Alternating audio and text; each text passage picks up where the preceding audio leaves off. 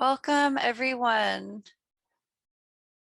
Welcome to the CivicSpark Poster Symposium series celebrating the accomplishments of the 2021-22 CivicSpark Fellow Cohort. My name is Hannah Nielsen. I'm the Training and Engagement Resource Coordinator for CivicSpark, a national service program of CivicWell. I will be facilitating today's adaptation session and a few logistical details before we get started. If you experience any technical difficulties during today's call, please message me directly using the chat feature and I can help troubleshoot, as Daniel, who's going to be helping facilitate, will not be able to see messages. Every fellow will have around 8 minutes to present their capstone posters and 3 slides. Their posters summarize key accomplishments from their 11 months of AmeriCorps service to local governments across California. After each presentation, we'll open it up to a couple of questions from the audience, which you may ask directly by either unmuting yourself or sending it in through the chat box for staff support to read off. Finally, I'd also like to encourage audience participation throughout this virtual event. Please share your encouragement and congratulations in the chat box as each fellow presents. We need all to use your webcams if that's available to you. So without further ado, let's get into the main show. We'll be starting the day with Katy James serving with the Sacramento Municipal Utility District, followed by Carly Roberts, also serving with the Sacramento Municipal Utility District. With that, I will hand it over to you, Katy. Hi, thanks, Hannah. Like Hannah said, I'm serving with SMUD this year along with Carly Roberts, and I'll be discussing our urban greening projects. So first, I want to start by talking about some of the benefits of urban biodiversity. For one, it provides habitat connectivity for pollinators so they don't have to move as long of distances to get from habitat to habitat. Secondly, especially with the urban biodiversity that we were looking at, including shrubs, it requires minimal space compared to trees, so it becomes more accessible to people with smaller yards or even no yards at all. Vegetation also provides carbon sequestration, as well as cooling benefits through shade and evapotranspiration. And those cooling benefits can reduce energy costs, and urban vegetation can also reduce stormwater runoff. So our project was split into 3 separate sections. The first one was a pilot shrub giveaway, and the purpose of this was to determine the feasibility of incorporating shrubs into SMUD's existing shade tree program, particularly pollinator promoting shrubs.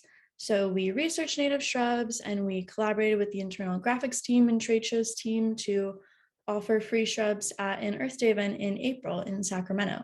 So we gave away 100 shrubs total, 5 different species, so 20 of each species. And it ended up being really successful, really well received. And we sent out a survey afterwards to the participants to gauge their perceptions. And we delivered a summary report on that with successes, challenges, budgets, and recommendations for future events as well. And there's a photo of it on the right. Our second project was creating a biodiversity framework document. So the purpose of this was to build organizational awareness of biodiversity and its benefits by creating relevant biodiversity goals for the organization. So we wrote out this framework, did the research, and during this process, we also collaborated with the market research team to conduct a survey to gauge customer perceptions of SMUD's role in biodiversity and of the importance of biodiversity. And we found that biodiversity is really important to a lot of SMUD customers. So that was really useful information to be included in the framework. And then our final project was a case study of the American River Parkway. So the American River Parkway is this long stretch of land that goes right in the middle of Sacramento, holds a lot of nature, a lot of recreation, and also transmission lines for SMUD and for other utilities. So the purpose of this case study was to combine current and historical information about maintenance at the parkway and to offer recommendations for best management practices, particularly in promoting pollinator habitat. So we conducted interviews with current and previous SMUD employees to understand the history of maintenance at the parkway. And we also conducted field research to see what the parkway looks like now in the current conditions. So there are some next steps that the organization can take to further promote these projects.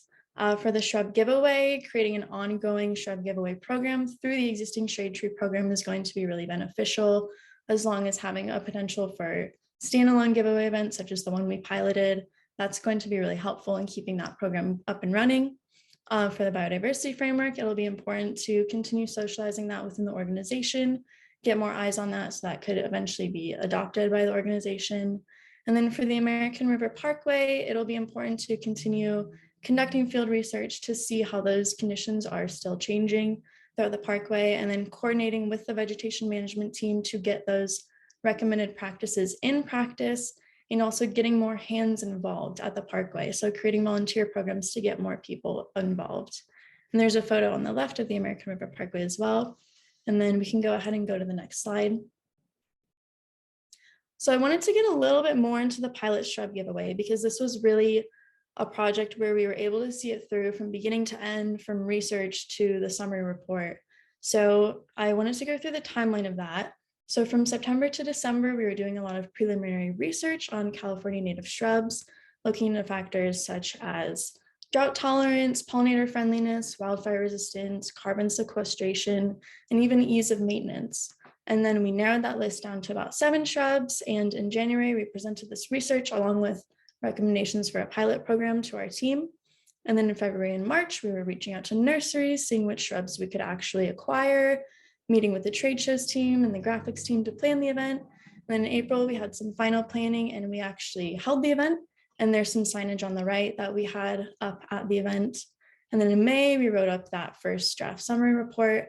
And unfortunately, we weren't able to get out our survey as soon as we wanted to because of some technical difficulties. So that went out in June. But in July, we were able to add that to our second draft of the summary report. And if you could go to the next slide. Right, so we have some more signage that we had at the event. This was a QR code that was available with some care instructions and some benefits of each of the different shrubs we had offered. So there's coffeeberry, toyon, centennial wild lilac, Oregon grape, and emerald carpet manzanita. And if you can go to the next slide, that's all I have for you. Thank you. Wonderful. Congratulations, Katie James, and thank you for your service. I would like to open it up now for questions from the audience at this time. Please go ahead and unmute yourself or type in the chat box if you have any questions or comments for Katie.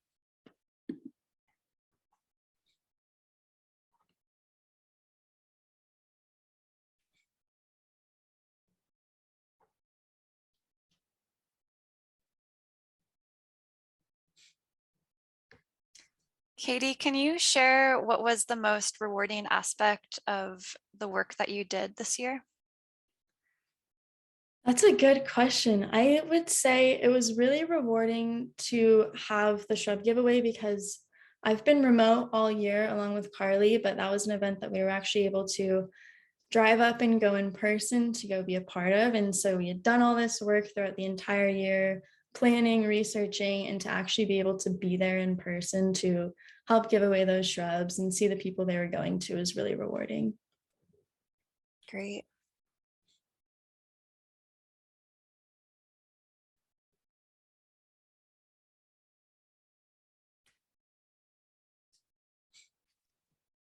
Okay, if there are no questions coming in from the chat, then we can go ahead and move on to Carly Robert. Thank you again, Katie, so much for your wonderful presentation and your service this year. Next up, we have Carly Roberts, followed by Kristina Linder, serving with Clear Lake Environmental Research. Carly, I will pass it over to you.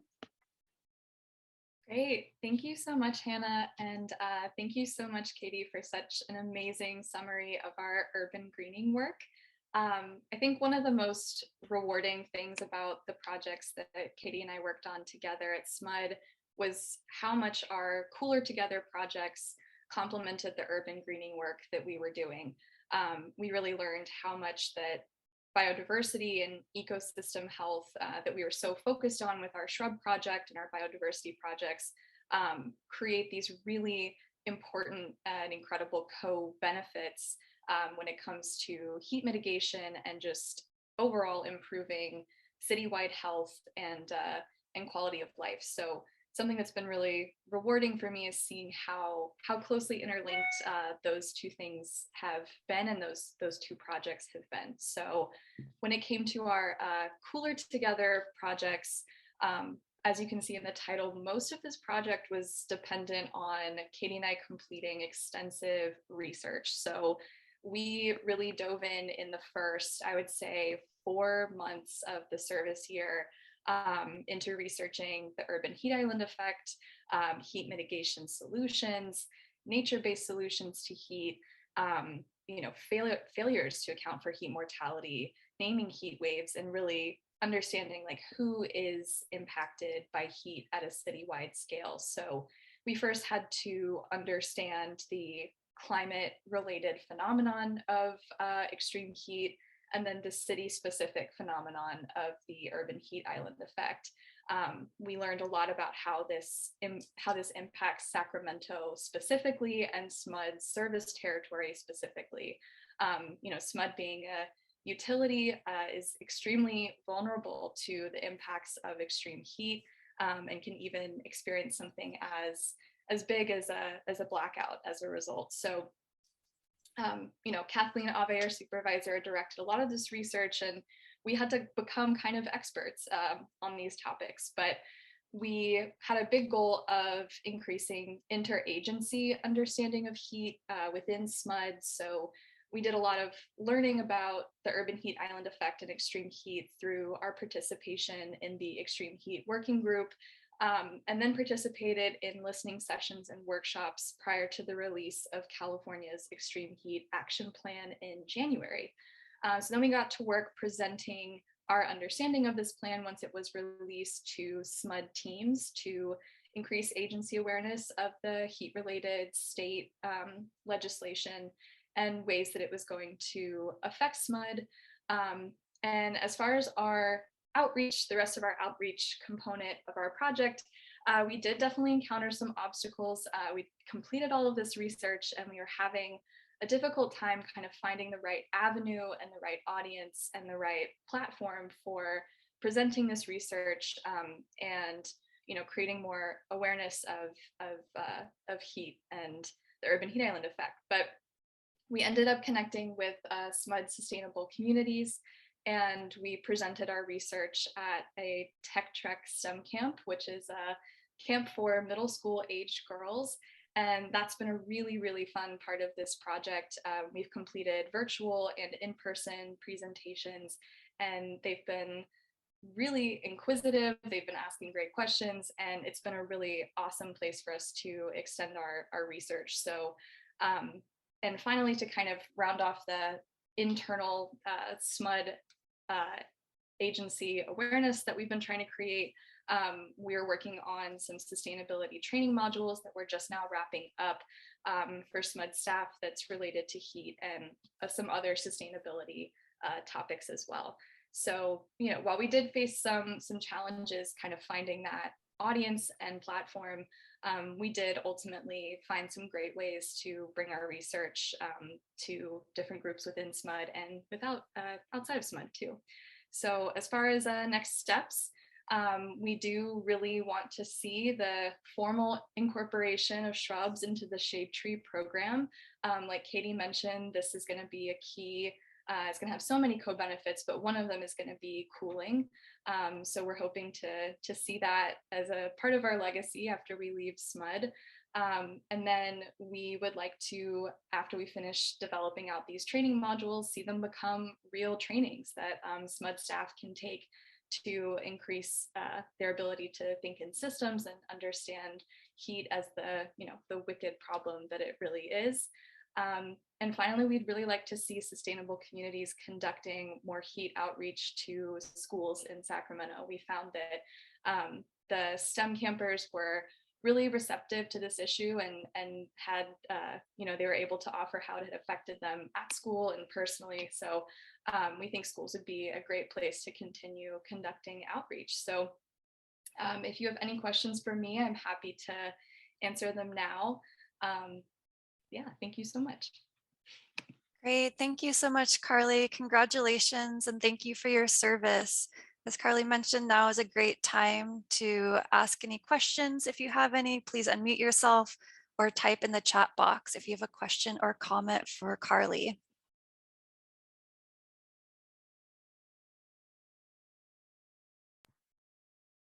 Yeah, I don't know if it's a question. I would love to hear if you all have any like fun stories from outreach, like especially doing outreach with youth like that in schools.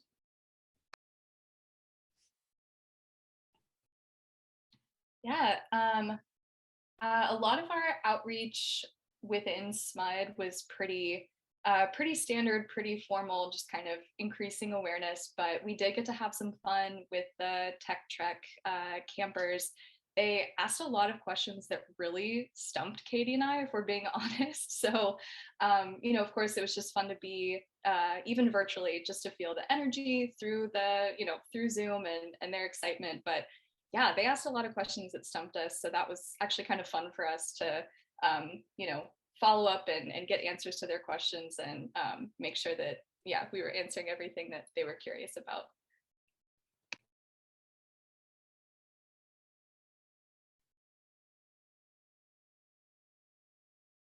We have a question in the chat.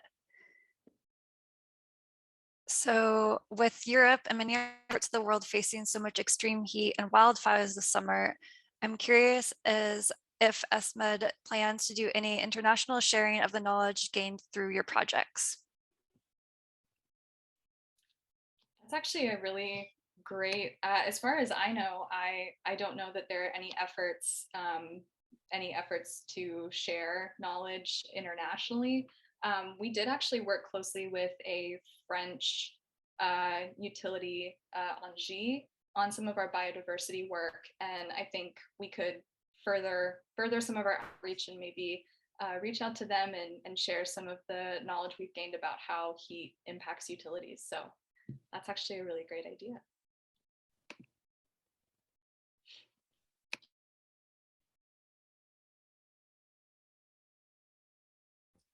Great.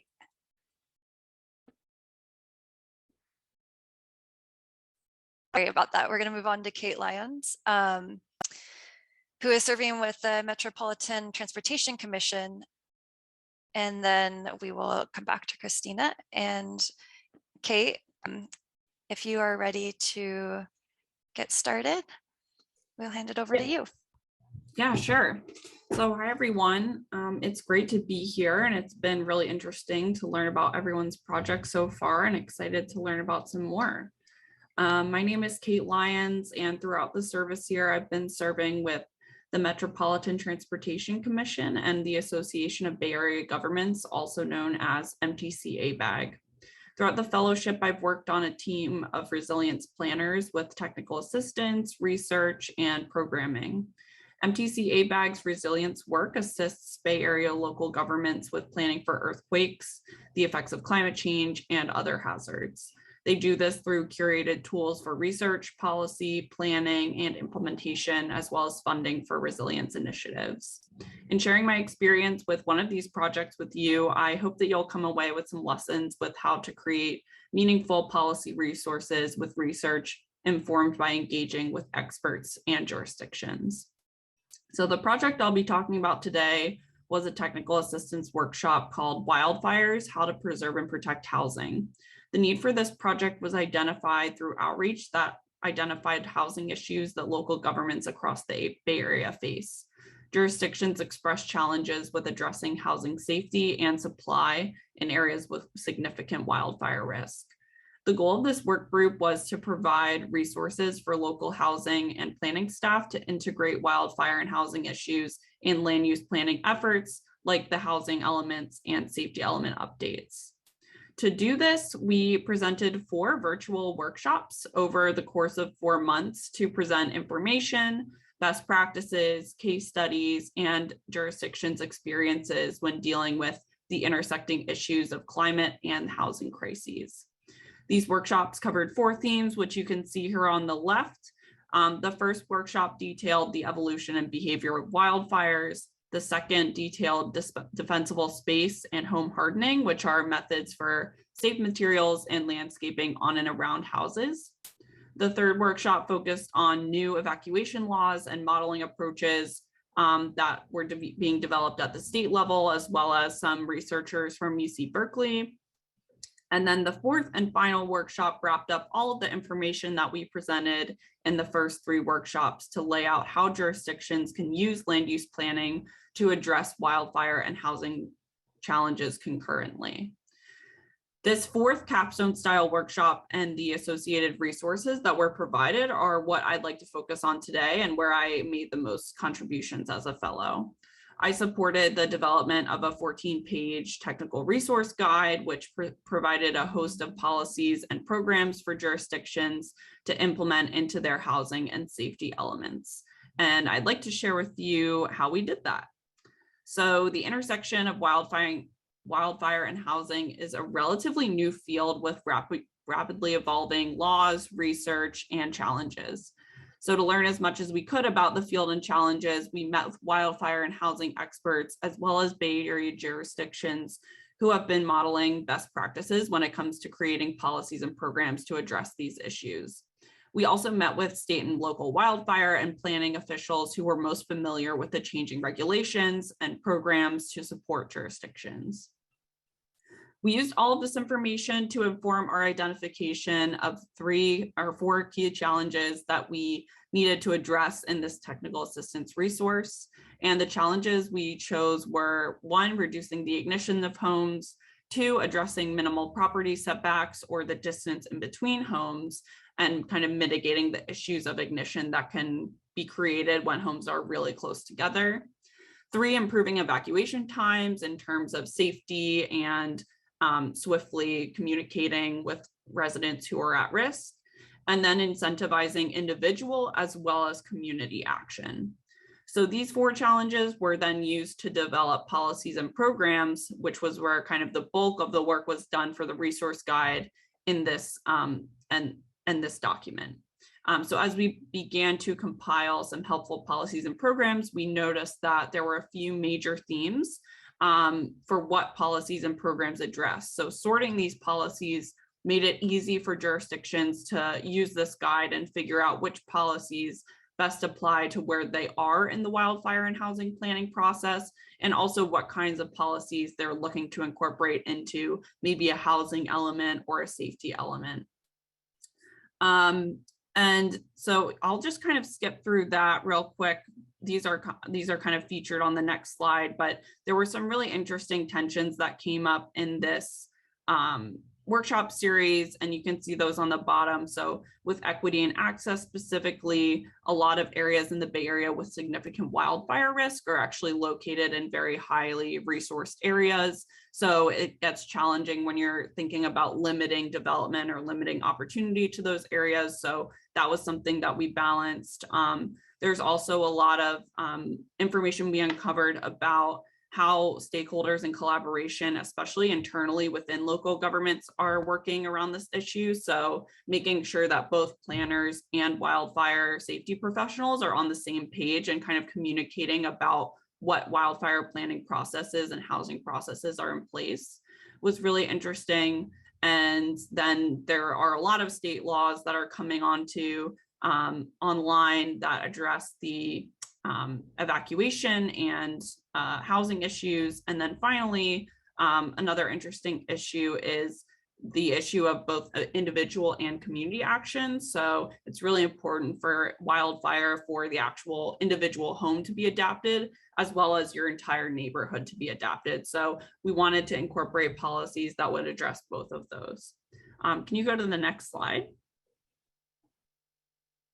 Don't have too much time here, but I did want to just show some of the policies that were developed as part of this process and are featured in the resource guide that I created. You can see that with each challenge, there are a few different policies, and there are many more available in the resource guide. And they range from lifting up state laws to developing local codes to developing overlays for wildfire zones that are more locally informed, in addition to the CAL FIRE fire hazard severity zones, and then finally making sure that that community action is taken. So with that, I will move on to questions. Perfect. Thank you so much, Kate. And thank you so much for your year of service. Again, if you have questions, go ahead and put them in the chat, or please just go ahead and unmute yourself and ask them directly.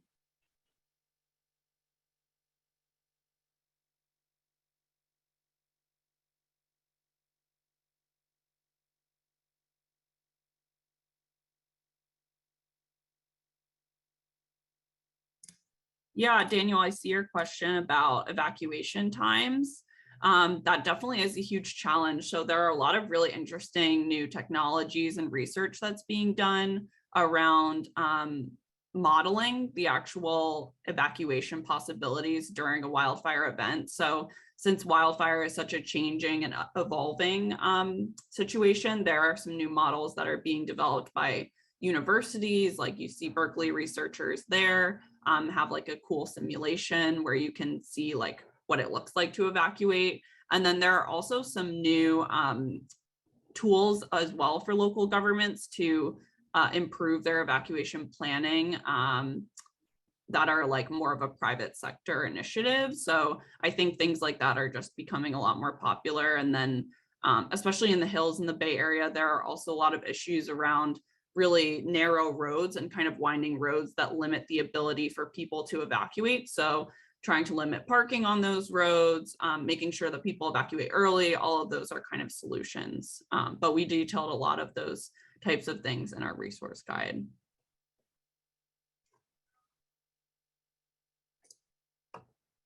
Thank you, Kate, and congratulations again. Wonderful presentation. I'm gonna shift us back now to Kristina again, and we'll see if we have some better audio for that presentation. Yeah, sorry about that. Should I just start at the beginning or? Yeah, go ahead and start from the beginning. It sounds much clearer from my end. Okay. Perfect. So for my project, I was helping with wildfire resiliency planning and prioritization in Lake County. A few of the things I did throughout my project was meeting with landowners interested in hearing about resources available to them that would support wildfire mitigation projects on their property. I also assisted a newly formed fuels crew in finding projects around the county, and I helped build them a survey that can be used to prioritize projects in the future. I also worked with a visiting AmeriCorps team and trained them on defensible space assessments so they were able to offer and provide them while doing door-to-door canvassing. But what I want to talk about most today is that I also helped build mapping resources for both internal and public use. Two examples are up on the presentation. So the one on the left is the Community Wildfire Protection Plan map, which visualizes priority areas listed on the 2022 Lake County CWPP. I'll talk a little bit more about that and my intentionality behind a few of the features in the next few slides. But the map on the right is the community grant map that, or the community grant map dashboard, which shows all the projects Clerk has funded through fire prevention and forest health grants they've received. And that just provides a way for members of the community to see what types of projects are going on without actually having to like reach out and wait for an email and all of that. So next I'll be going over a few of the features I included in the CWPP map to try and make it a little bit more intuitive and useful for community members. A lot of the priority areas were identified by the CivicSpark fellow before me, so I was mostly able to use shape files that she already created. And then I just had to adjust a little bit based on some new project areas that were put out in the last few months. But if you could go to the next slide, please. So the first feature is was including project area pop-ups that directly reflected the wording in the PDF of the CWPP. So this made it really easy to just copy and paste right from the PDF into the map. So you don't need to click around on all of the polygons to find a specific project, which is especially helpful to people who might be new to the county and aren't familiar with all of the areas. And then next slide, please. The next feature is including optional community boundaries that can be turned on and off. This is, again, helpful, I think, especially to people who are new to the county or not super familiar. But I included information about meeting times and locations and agendas. So if anyone does have questions about the CWPP or wants to elevate maybe a potential project for future CWPPs, they have information to attend the town halls right on the map. Next slide, please. The third feature is the swipe bar, which doesn't technically add anything that wouldn't already be in it, but because there's a lot of people who will be looking at this who aren't maybe super familiar with the interface, it makes it really easy to just isolate the highest priority areas. So rather than having to go into the layer list and find different layers to turn them off, you can just use this swipe feature and yeah, just swipe over the projects. Next slide, please. And then the last feature is just simply including plenty of information to help people navigate through the project tracker. As demonstrated today, not everybody has reliable Wi-Fi and can't use computers all the time, and some people just don't have access to the technology. So if people are using, are usually on the computers in libraries and whatnot, I just wanted to make sure that everyone has the opportunity to navigate the project tracker and use it in whatever way they need to. Next slide, please. So yeah, that's what I have for you all today. I'm happy to answer any questions. Thank you, Kristina, and congratulations on your year of service. If you have any questions for Kristina, go ahead and pop them in the chat or go ahead and unmute yourself directly.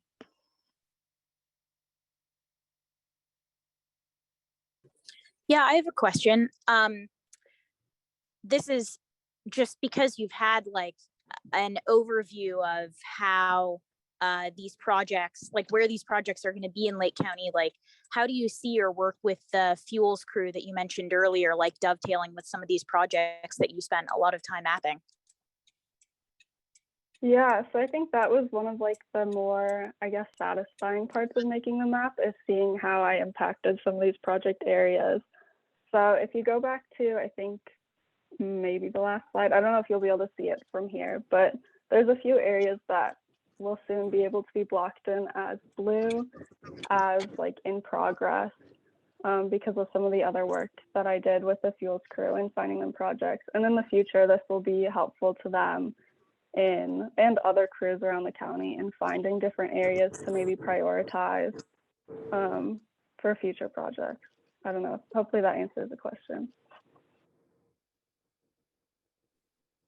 So we have one question in the chat. How challenging was it to help make all of the information accessible for folks? I think there's still more that could be done probably, but honestly not super difficult. I think ArcGIS has done quite a bit to make it really easy to add in all of these features. And then it's just about making sure it's like written in an accessible, like not super technical manner. And then one last question is, I was wondering what were some of the biggest challenges you faced when using the mapping software? Yeah, I think prior to starting CivicSpark, I had only ever used ArcGIS Desktop. And so to make this, I was using ArcGIS Pro and then ArcGIS Online. So I think just familiarizing myself with how everything works definitely took a lot of time sort of at the front end. So I think that was the most difficult part. Great. Thank you so much, Kristina, again, and congratulations. Next up, we will hear from James Sedlak, who is serving with the Sierra Business Council. James, I will hand it over to you. Thanks, Hannah. Hi, everyone. Thanks for being here today. I'm James Sedlak, CivicSpark Fellow with the Sierra Business Council, a nonprofit located in Truckee that focuses on sustaining vibrant communities, economies, and the environment throughout the Sierra Nevada. Through SBC's programs, my work primarily supported public agency action on energy resilience and climate adaptation for Sierra County, among other entities. Key projects included pursuing energy efficiency measures for Sierra County according to their 2016 Energy Action Plan, drafting the county's vulnerability assessment to help alignment with SB 379, which is legislation that calls for cities and counties to integrate climate adaptation into general plans, and developing a public engagement series called the Climate and Energy Outlook, which presented climate projection impacts on energy use and potential solutions. Some key accomplishments from the year included redesigning Sierra County's energy efficiency webpage to provide more public-facing resources, coordinating a lighting retrofit for select county facilities with estimated dollars and energy saved over the long run, completing a first draft of the vulnerability assessment, and through the Outlook series, obtaining 85 registrants, 32 attendees, and 52 YouTube recording views. Next slide, please. So this slide is meant to give a brief overview of the energy efficiency process through Sierra Business Council Sierra Nevada Energy Watch, otherwise known as SNU. SNU is a PG&E program that helps public agencies and small businesses pursue energy-saving projects through various services. I used the Sierra County EAP implementation matrix, seen here on the right, to identify actions during my service year. One action was the lighting retrofit, which took shape according to the timeline below from start to finish. Recent update is that it got Board of Supervisor approval, and it's currently in the finishing stages of implementation for Sierra County. Next slide, please. This slide is meant to show some of the vulnerability assessment processes per SB 379 and the California Adaptation Planning Guide. After review of Sierra County's planning documents and with support from SBC's Sierra Climate Adaptation and Mitigation Partnership, seen here on the slide as Sierra CAMP, I began the alignment process by creating a vulnerability assessment with an adaptation framework. You can see some initial findings at the bottom of the screen. This document, the vulnerability assessment, may be used for further public engagement, updating the county's local hazard mitigation plan, or informing draft general plan safety element language. Next slide, please. This slide is meant to give an overview of the Climate and Energy Outlook series. This series served as a unique way for me to connect the energy and climate adaptation work during my service year. I used CalAdapt projections for counties in the Sierra Nevada region to estimate potential energy impacts and in turn draft some solutions that this new program could offer. One example would be rising temperatures and more extreme heat days may lead to greater demand for cooling energy use. So people may want to consider retrofitting their HVAC systems, perhaps with smart controls, improving insulation, or even just swapping to LEDs to just overall save costs on energy. The image to the right is a screenshot of the handout I gave to Sierra County. And so 14 counties in the region received these handouts, and they were invited to workshops where I gave presentations. And at the bottom, if you're interested, that's a hyperlink to the series landing page. Next slide, please. And that's it. So I just want to say thank you again for your time, and I'll open it up to questions. Congratulations, James. Thank you so much for your presentation and year of service. And again, please feel free to unmute and ask your questions or pop it in the chat and I will read it out.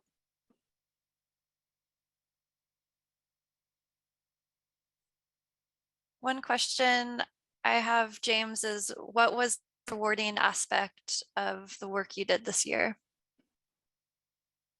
I would say there are two things maybe. The first is getting something or pushing a project through Board of Supervisor approval. That felt good. And the Climate and Energy Outlook series was something I can say I did start to finish, and that felt pretty good. So developed it, coordinated it, facilitated it, and that was a good learning experience. Awesome. Thank you.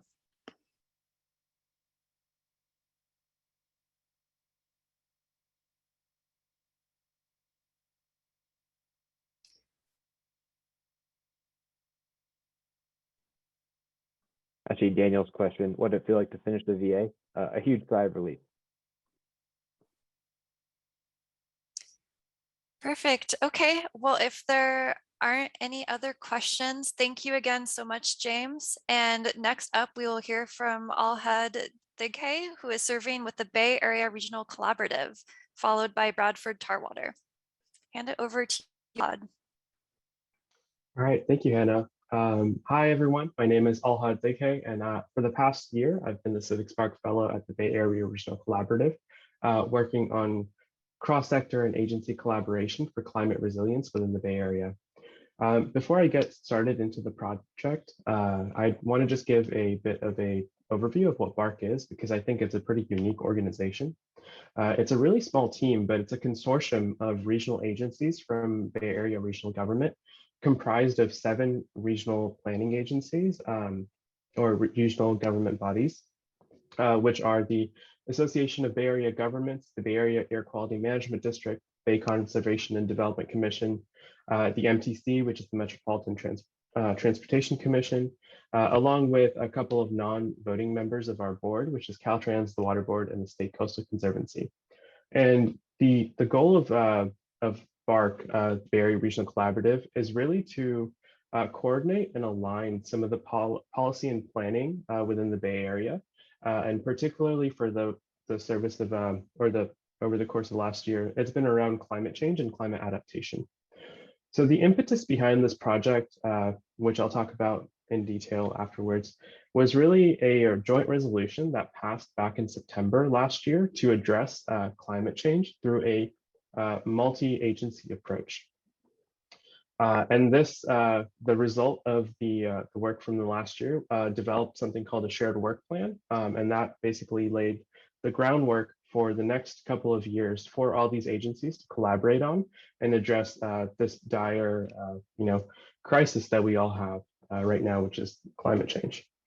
So as we all know, within the Bay Area, there is a lot of shoreline. I think there's almost something like 30,000 acres of shoreline within the Bay Area alone, and it's the home to almost 9.2 million people. So addressing sea level rise and the climate crisis is of great importance, and being able to do it from a multi-agency and stakeholder approach really helps helps address the issue in a more efficient manner. So the first couple steps for the project, for the shared work plan, was really identifying some of the funding and financing opportunities that were made available through the climate resilience package that was signed back in September as well last year. And that included creating a matrix of projects and funding options through a lot of work that's ongoing currently, as well as projects that are in the pipeline. So a lot of the work was really, finding out how we can utilize the money that's already there, plan for, and where we can pursue new funding pots for climate adaptation projects. The next step was creating a shared work plan. So over the last few months, from January to May, there were a multitude of stakeholder meetings, working groups, and workshops on identifying certain areas where all the member agencies would be able to contribute towards a unified plan. And just to reiterate, this wouldn't be adding any new work for any of these agencies. It would be helping align a lot of the priorities for each individual agency towards a common goal. And that's kind of what BARC really facilitates and really excels at. So this shared work plan was developed over the last few months with stakeholder engagement, public comments, community engagement, and now we're currently in the process of communicating that and updating a lot of the website and displaying the information in a way that's easily accessible towards all levels of government and public for the climate adaptation projects that it's going to help align. So now I'll get into a bit of the focus areas that the shared work plan was able to align on, which are primarily in 2 sectors, climate adaptation and then greenhouse gas reduction. So the first aspect of climate adaptation is the development of a regional multi-hazard shoreline adaptation plan. This really took off due to the concurrent work being presently done through the MPO, the Metropolitan Transportation Agency, Metropolitan Transportation Commission through Plan Bay Area 2050, which is a large planning document for the Bay Area, as well as Bay Adapt, which is the Coastal Commission's guiding document for planning as well. So developing a shoreline adaptation plan was advantageous through this approach. as it would help align these two very large organizations on their shared goal. The next one is a regional technical assistance portal, which would help all levels of government, people, and community engagement or community-based organizations access all the various technical assistance tools and documentation that's available all in a centralized area. So that's something that BARC has been working on creating and centralizing. And then the last two parts within greenhouse gas reduction was really pursuing and bolstering the zero emission transit bus infrastructure within the Bay Area, and also exploring options for a low carbon, high equity neighborhood concept, where we would be able to help low income areas or multifamily housing with car sharing or like solar that helps with EV cars, and basically creating a model for essentially low carbon, high equity neighborhoods. So that's where the shared work plan is at right now. It's currently in the communication step. It was approved by its board, and now it's in the further planning phase, where we're bringing in consultants to really flesh out some of these focus areas, and then create a cycle of implementation with the member agencies and with extended feedback from public engagement, and continually improve the work plan. Next slide, please. Yeah, that's been my presentation. Thank you. Great. Thank you so much, Alhad. Congratulations, and congratulations for completing your year of service. Again, we'd like to open it up. If anybody has any questions, please unmute yourself or go ahead and type in the chat.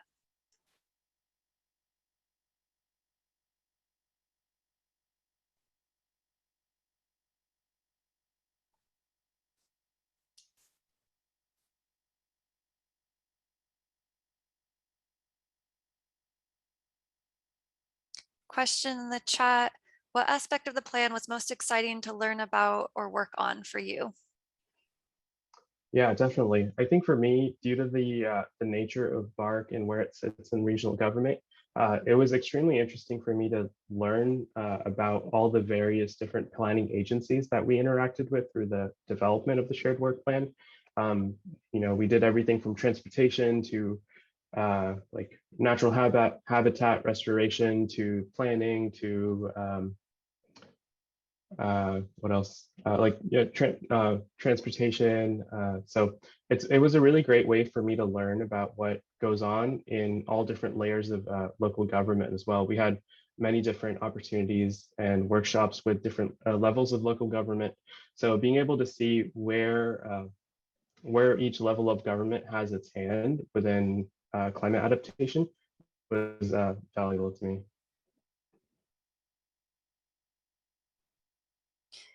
Great, perfect. We have a question from Kaylee. Looking back, what's one thing you wish you knew at the start of the project that you found out later? That's a really great question. I think for me,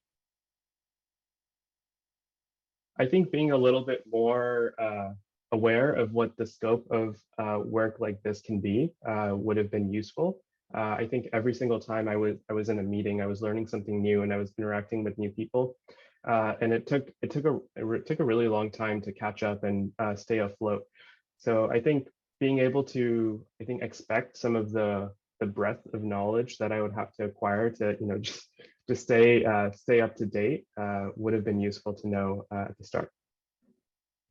Perfect. And then last question, just ties into what you're just saying, but since you got exposure to so many different sectors and topics, did this shape or change your interest for your next steps, career or educationally?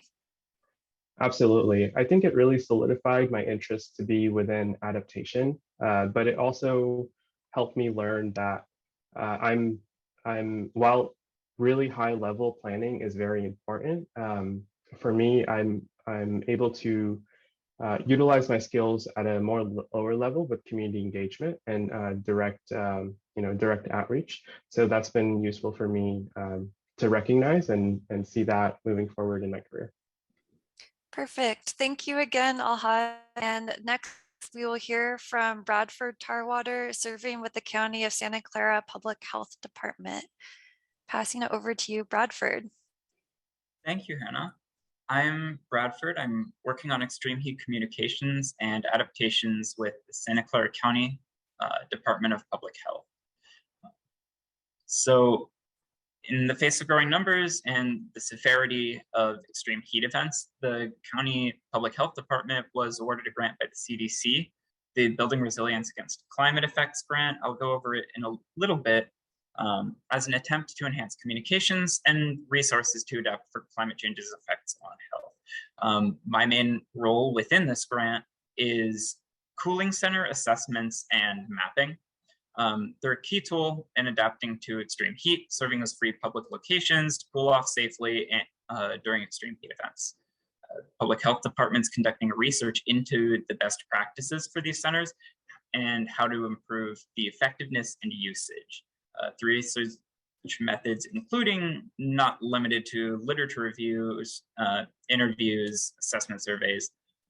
Findings suggest the best ways to improve effectiveness of cooling centers includes increasing cooling center messaging.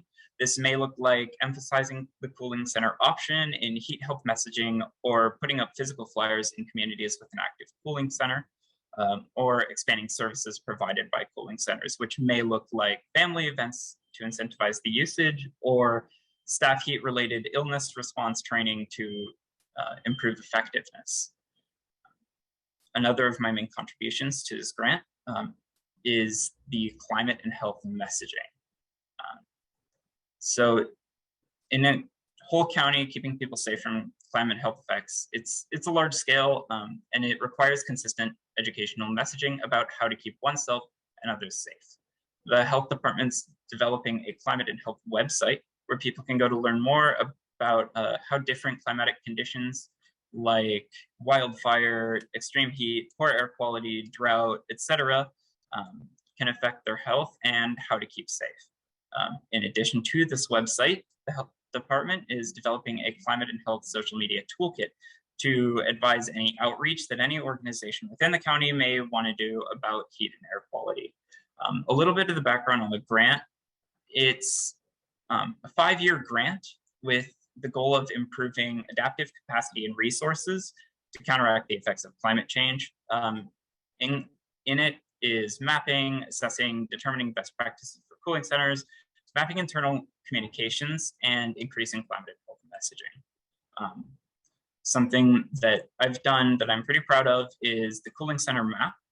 So to aid in researching the best way for cooling centers to serve priority populations more effectively, I developed a map of all the cooling centers in the county to be used along with the Silicon Valley 2.0 Social Vulnerability Index to track what populations are served and when. And what this grant should look like in the next 5 years, at least according to my projects, is for the toolkit. As it is right now, it only offers messaging for extreme heat and poor air quality. But over the next 4 or so years, it's expected to expand to other climatic related events similar to the website. So that drought, food insecurity, vector-borne disease, etc. Are there any questions? Great. Thank you, Bradford, and congratulations on your year of service. I actually have a question for you to start us off. I was wondering if there was anything you learned about communicating around climate change and public health that surprised you. Yeah, definitely. A lot of climate messaging really has to be at around like that 6th grade level, and getting down to that was kind of a challenge for me, just because I've only learned about this in a higher education context. But getting those messages and shortening them is really essential. So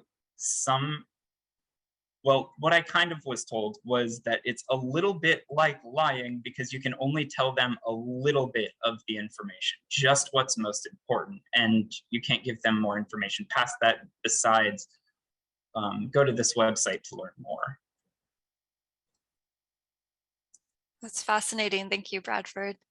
And again, if anybody has any questions or comments for Bradford, please go ahead and type them in the chat or unmute yourself. It looks like we have a question in the chat. Has this work changed how you look at your own health or the health of loved ones? Yeah, it really has. I've just noticed on things that I wouldn't think more of, like those like those extreme heat days and areas in poor air quality. I'm really stressing, how to keep safe, and like the people in my life when they're working outside in the heat, I always remind them just to be safe and how. But it's a growing perspective, and it's just I didn't realize how impacted and how many people were impacted by all of these climate events.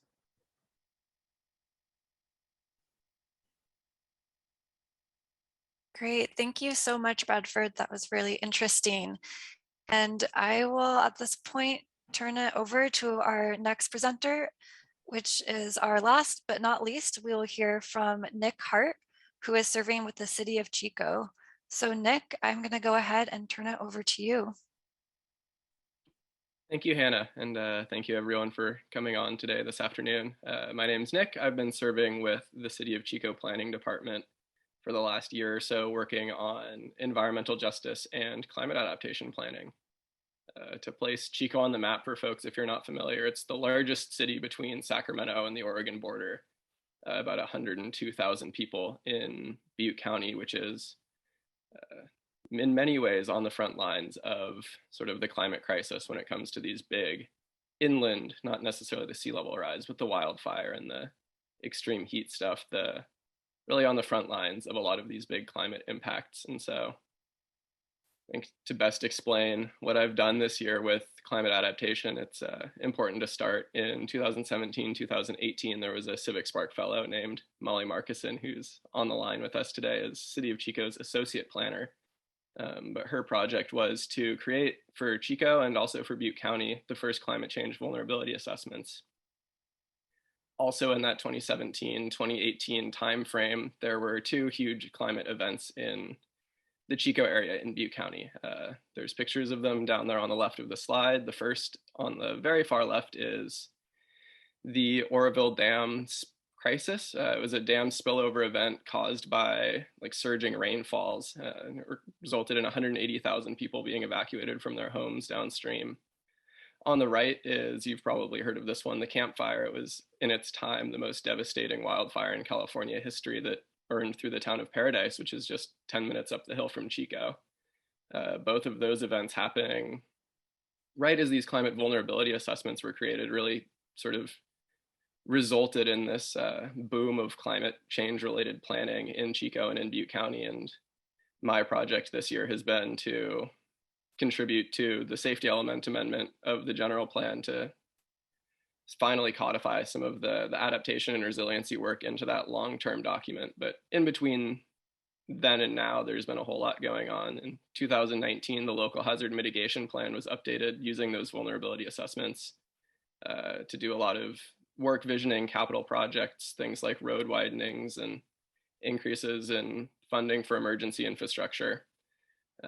That was a huge part of sort of the middle ground. And then last year's CivicSpark fellow, Austin, he did a lot of the community engagement around the Senate Bill 379, the climate adaptation and resiliency policy development. And so when I came to Chico in last September, I had just this wealth of knowledge to steep myself in and learn from as I slowly picked my way through not only the existing general plan, but also all of these other plans, doing internal stakeholder work with the different departments, the engineering departments, the public work department, the fire department, the police department, all of the different stakeholders on the government side that contribute towards a successful and a sort of community beneficial climate adaptation and resiliency approach. And so working with them to see really where Chico was, I was then able to update the climate vulnerability assessments for 2022. And then from there, create sort of a suite of policy options for the general plan that's slowly making its way through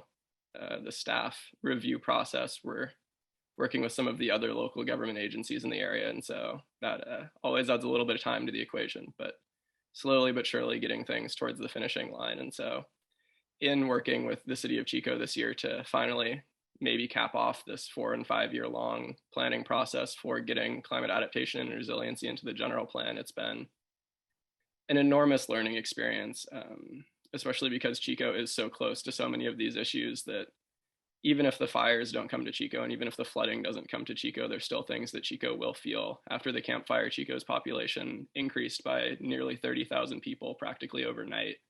It went from 86,000 to 100 and something thousand.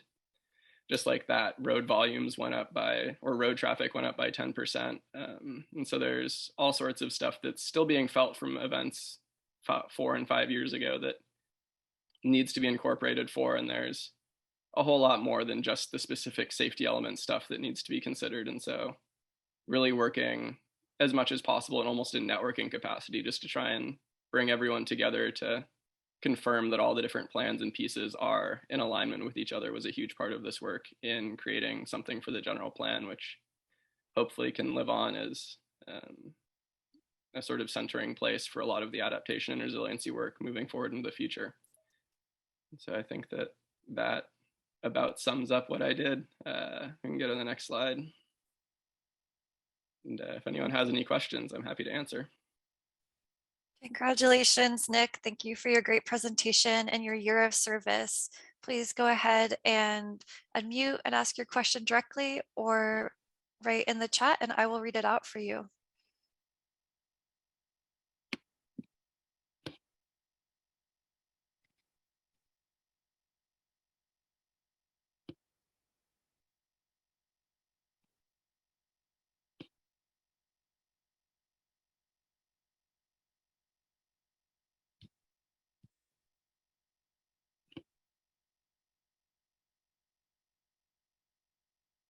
Was there anything about your work that you did this year that surprised you that you weren't expecting to spend so much time on?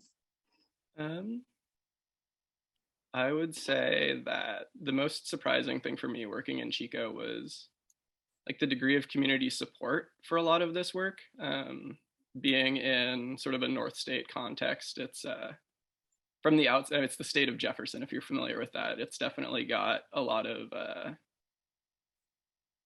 like almost anti-state government, anti-federal government undercurrents. And so working within that space, I was almost expecting more resistance to a lot of the climate change adaptation stuff. But in reading through all of the public engagement comments from last year and talking to people at different events and places I would go to advertise the work and sort of try and get word out about what we were doing, it was really overwhelming support from the population. And I think that was like really, I won't say inspirational, but really affirming, and made working on this sort of a pleasure in a lot of ways.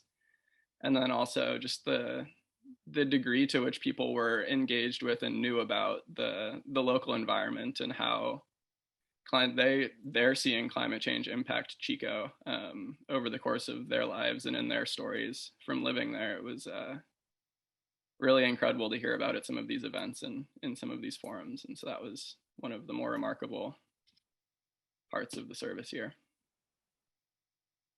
Awesome. Thank you, Nick. That's really well. I don't see any more questions coming through the chat. So with that, thank you again, Nick. And we're at a wrap. So I want to offer one final congratulations to all fellows who presented. And thank you as well to the audience for your participation, support, and encouragement. This concludes today's poster symposium session. We ask you all to please continue to support our fellows by reaching out to them on LinkedIn or by email. All fellows contact info is available on our website, which I will put in the chat here. If you'd like to attend additional poster sessions, please visit our website. I will also put the link how you can sign up to other poster symposiums here. And this has a full schedule of activities and registration links for the poster symposium and our graduation celebration on August 11th. The next poster on water management will take place tomorrow at 1 p.m. Recordings of this session and other sessions will be available on our website and within a follow-up email sent to all attendings during the last week of July. Thank you again for attending today's Zoom, and we hope you all have a great week and weekend. And I will put that link in for graduation.